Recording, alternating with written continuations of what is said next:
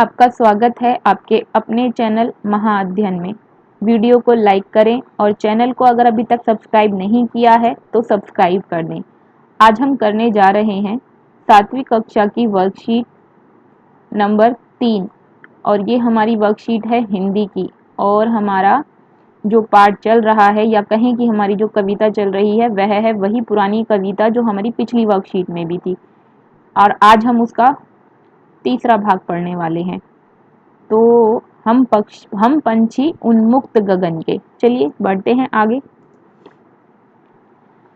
प्यारे बच्चों, कोविड-19 के लॉकडाउन या तालाबंदी में घर के अंदर बंद होकर कैसा लगता है यह तो आप जान ही गए होंगे।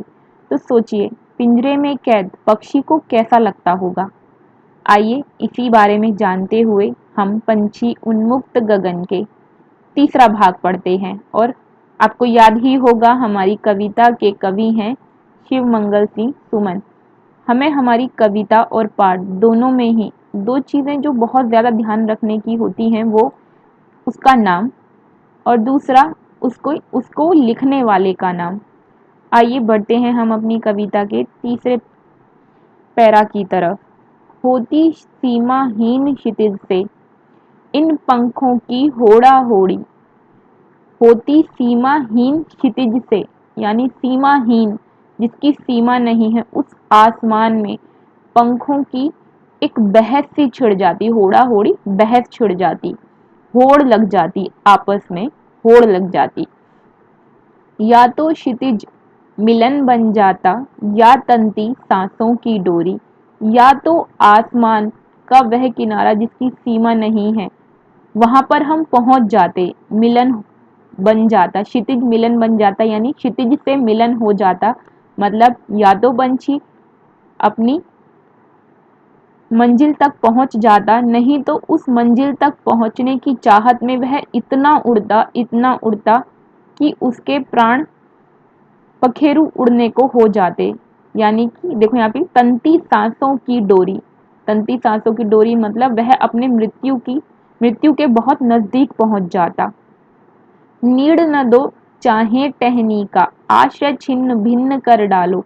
चाहे रहने के लिए उसे घर ना मिले, उसका घर जो है वो पूरी तरह से खत्म कर दिया जाए, तोड़कर फेंक दिया जाए, लेकिन पंख दिए हैं तो आकुल उड़ान में विघ्न डालो। लेकिन अगर मेरे पास पंख हैं, क्योंकि मेरे पास पंख हैं, इसलिए मुझे उड़ने दो, मेरी ऊंची उड़ान में बाधा मत डालो। तो यहाँ पर पंछी क्या कह रहा है, बहुत ही आसान शब्दों में यहाँ पर भावार्थ भी दिया गया है, जो हमने अभी अभी ऊपर पढ़ा उसे हम एक बार फिर से पढ़ लेते हैं। कवि कहना चाहते हैं कि सीमाहीन आसमान में उड़ते हुए पंछियों के, माफी चाहती हूँ, पक्षियों के पंखों में एक होड़ सी लग जाती है। वे आसमान की उस सीमा को छू लेना चाहते हैं जिसका कोई अंत नहीं है। हम सब जानते हैं आसमान का कोई अंत नहीं है, वह बहुत दूर तक बस दिखाई ही देता है। वे आसमान को छूने की इच्छा रखते हैं। कौन?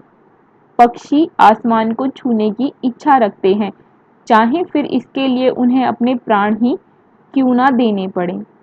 पक्षी कहते हैं कि चाहे उन्हें घोंसला बनाने के लिए पेड़ की डाली ना दो, चाहे उन्हें रहने का स्थान भी मत दो, उनके घर को तोड़ डालो, परंतु भगवान ने हमें उड़ने के लिए पंख दिए हैं, तो हमारी उड़ान में किसी तरह की बाधा ना डालो।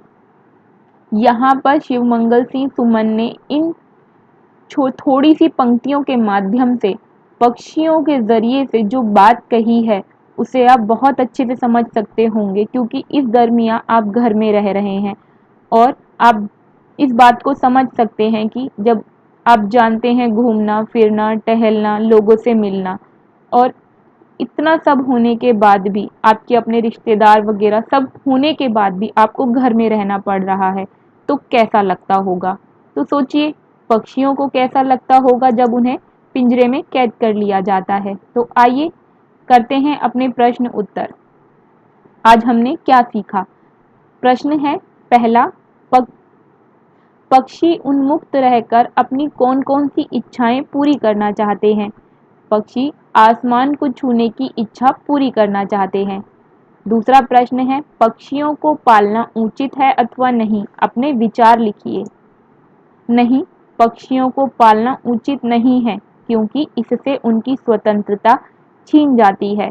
और हमारे विचार लिखने हैं, तो हमारे विचारों में हम लिखेंगे, हमें पक्षियों के लिए अपनी क्षमता के अनुसार दाना और पानी डालना चाहिए, लेकिन उन्हें बंदी नहीं बनाना चाहिए, मतलब उन्हें पिंजरे में बंद नहीं करना चाहिए। निम्नलिखित वाक्यों से शब्द बनाइए। यह हमारा तीसरा प्रश्न है और यहाँ हमें 4 शब्द दिए हैं जिससे हमें वाक्य बनाना है। पहला शब्द है घोंसला, तो हमने वाक्य बनाया, चिड़िया ने नीम के पेड़ पर अपना घोंसला बनाया है। दूसरा शब्द है प्रतियोगिता, हमने वाक्य बनाया, हमारे विद्यालय में प्रतिवर्ष कविता लेखन की प्रतियोगिता होती है। फिर बाधा, बाधा शब्द से हमने वाक्य बनाया, बारिश का पानी सड़कों पर भर जाने से लोगों के आने जाने में बाधा पड़ती है। फिर चौथा शब्द है हमारे पास घर, और हमारा वाक्य, मेरे घर में 4 कमरे हैं। आगे बढ़ते हैं चौथे प्रश्न की ओर। क्या आपने या आपकी जानकारी में किसी ने कभी कोई पक्षी पाला है? उसकी देखरेख किस प्रकार की जाती होगी? लिखिए।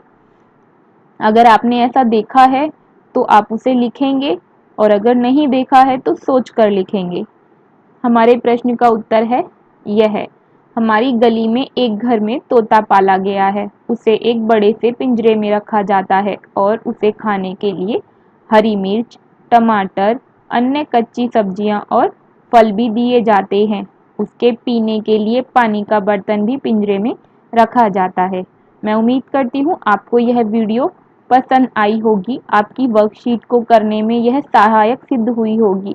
अगर आप चाहते हैं इसी तरह की अच्छी वीडियो हम आपके लिए लाते रहें, तो वीडियो को लाइक करना बिल्कुल ना भूलें, और अगर आपने अभी तक चैनल को सब्सक्राइब नहीं किया है तो ज़रूर कर दें। नोटिफिकेशन के लिए बेल आइकन को भी ज़रूर दबाएं।